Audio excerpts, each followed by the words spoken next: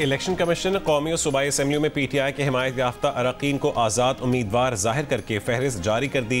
कौमी assembly, Punjab assembly, Khyber Pakhtunkhwa assembly और Sindh assembly की पार्टी पोजीशन जारी। इलेक्शन कमीशन ने यह इकदाम सुप्रीम कोर्ट के 25 अगस्त के फैसले की रोशनी में किया।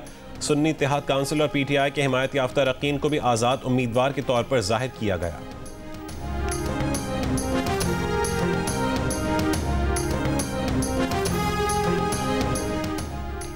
नसीराबाद में पटफीडर कैनाल के मकाम पर रेलवे ट्रैक पर धमाका। पुलिस हुक्काम का कहना है कि धमाके से ट्रैक को जुज़वी नुकसान पहुंचा है। नामालूम अफराद ने रेलवे ट्रैक पर टाइम बॉम्ब नस्ब किया था। कुछ देर बाद ट्रैक से जाफर एक्सप्रेस गुजरने वाली थी। मुसाफिर ट्रेनों को करीबी रेलवे स्टेशन पर रोक लिया गया।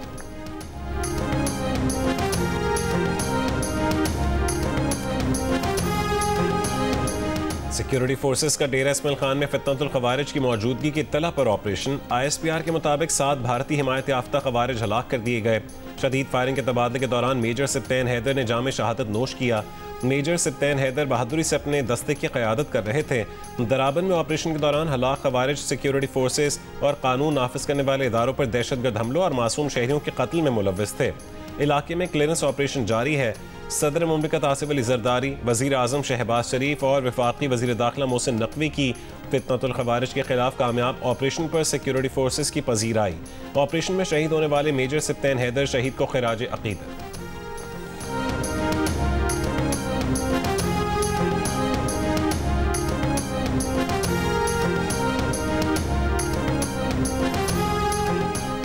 वज़ीर आला खैबर पख्तूनख्वा अली अमीन गनापुर ओहदे से मुस्ताफ़ी। सुहेल आफरीदी नए वज़ीर आला होंगे।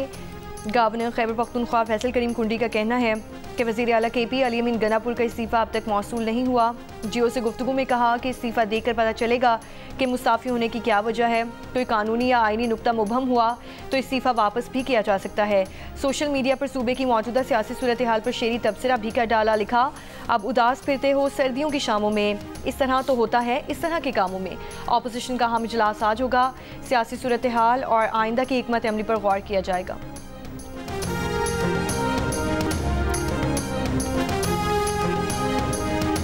मुस्लिम लीग नून और पीपल्स पार्टी के दरमियान सीज फायर हो गया। सदर आसिफ अली जरदारी से नवाब शाह में हुकूमती वफ्द की मुलाकात के दरमियान एक दूसरे के खिलाफ बयानबाजी रोकने पर इत्तफाक कर लिया गया। वफ्द में नायब वज़ीर आज़म इसाक डार, स्पीकर कौमी असम्बली अयाज सादिक और वफाकी वज़ीर दाखिला मोहसिन नकवी शामिल थे। ज़राए के मुताबिक सदर जरदारी ने कहा है कि अपनी पार्टी के लोगों को समझाएं, हम नहीं चाहते कि मामलात ख़राब हों। लीगी रहनुमाओं ने पीपल्स पार्टी की तरफ से भी बयानबाजी बंद होने का मुतालबा किया।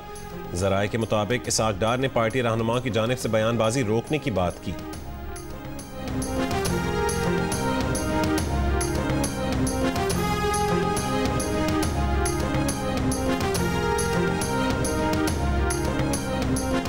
अमेरिकी सदर डोनाल्ड ट्रंप ने हमास और इसराइल के दरमियान मुजवज़ा गज़ा माहिदे तय पाने का ऐलान कर दिया। माहिदे के पहले मरहले पर दस्तखत आज होंगे। अमेरिकी सदर डोनाल्ड ट्रंप ने सोशल मीडिया पर पैगाम में ऐलान किया कि इस माहिदे के तहत तमाम यरगमालियों की जल्द रिहाई अमल में लाई जाएगी, जबकि इसराइल अपनी फ़ौज का मुतफ़िका लाइन पर इनखला करेगा। फ़रीक़ैन के साथ मुनसिफ़ाना सलूक किया जाएगा। तर्जुमान कतरी वज़ारत ख़ारिजा के मुताबिक डील्स में जंग का खात्मा, यरगमालियों और कैदियों की रिहाई और इमदाद की फराहमी शामिल है।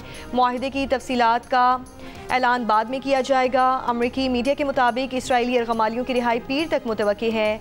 फ़लस्तीनी और इसराइली अवाम का मुआहिदा का खैर मकदम।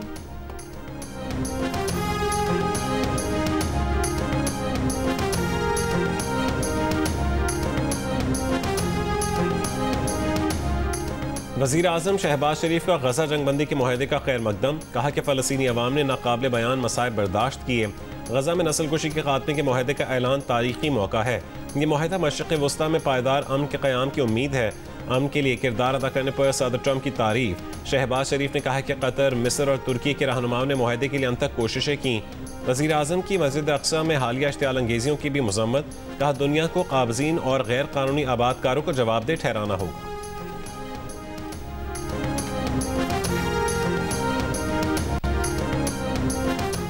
26वीं आईनी तरमीम के खिलाफ दरख्वास्तों पर समाअत के लिए फुल कोर्ट तश्कील देने की सदा पर दलाइल।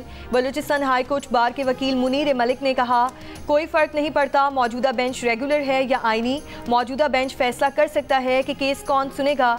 जस्टिस आयशा मलिक ने कहा, आप चाहते हैं आईनी बेंच जुडिशल इख्तियारात का इस्तेमाल करके फुल कोर्ट तश्कील दे। मुनीर मलिक ने जवाब दिया कि जुडिशल इख्तियारात मौजूद हैं, आईनी बेंच दायरे इख्तियार पर फैसला कर सकता है। जस्टिस मुसरत हिलाली ने कहा, इन जजेस को बेंच में नहीं बैठना चाहिए जिनकी 26वीं आईनी तरमीम के बाद तरक्की हुई। जस्टिस जमाल खान मंदोखेल ने कहा, क्या नए जजेस किसी और मुल्क से लाकर लगाए गए हैं? जजेस इज्जतमाब हैं, जजेस को ना रगड़ा जाए। जुडिशल कमीशन के हर इजलास में उन्होंने और चीफ जस्टिस ने मुतालबा किया कि आईनी बेंच में तमाम जजेस को शामिल होना चाहिए। दायरे इख्तियार को छोड़ें, हमें ऐसा रास्ता बताएं जिसमें तमाम जजेस बेंच में बैठ जाएं।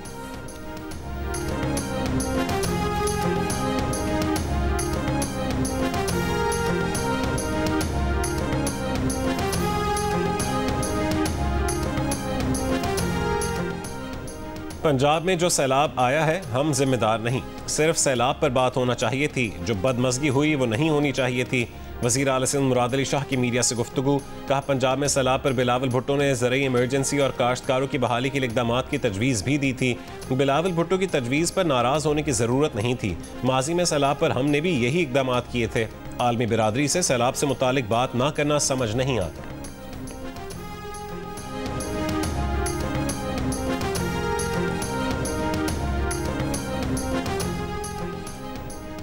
महकमा इनहार का सैलाब में उच्च शरीफ रोड पर कट लगाने की जिम्मेदारी कबूल करने से इनकार। जियो न्यूज़ से गुफ्तगू में कहा, महकमा इनहार के अफसर की जानिब से कहा गया कि कट लगाने का फैसला महकमा इनहार का नहीं था, इससे हुए नुकसान की बात भी ज़िले इंतजामिया से पूछी जाए। सब इंजीनियर अब्दुल क़य्यूम के मुताबिक महकमा इनहार को उच्च शरीफ रोड पर लगने वाले कट के बाद नौराजा भुट्टा बंद की जिम्मेदारी सौंपी गई। महकमा इनहार ने अब इस बंद के तमाम 7 शगाफ पुर कर दिए हैं।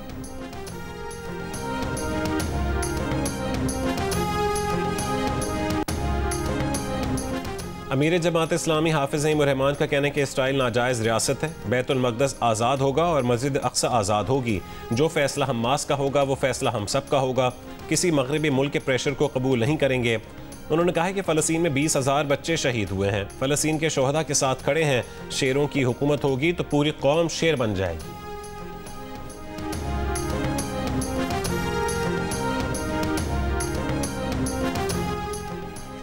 फैसलाबाद में ट्रक की टक्कर से 3 राहगीर जान बहक, 1 जख्मी, ड्राइवर फरार। पुलिस के मुताबिक हादसा तेज रफ्तारी के बाइस पेश आया, ट्रक तहवील में ले लिया गया है।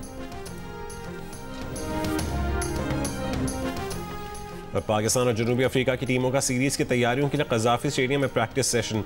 दोनों टीमों की बैटिंग, बॉलिंग और फील्डिंग की प्रैक्टिस। पाकिस्तान और साउथ अफ्रीका की टीमों के दरमियान पहला टेस्ट 12 अक्टूबर से कज़ाफ़ी स्टेडियम में खेला जाएगा।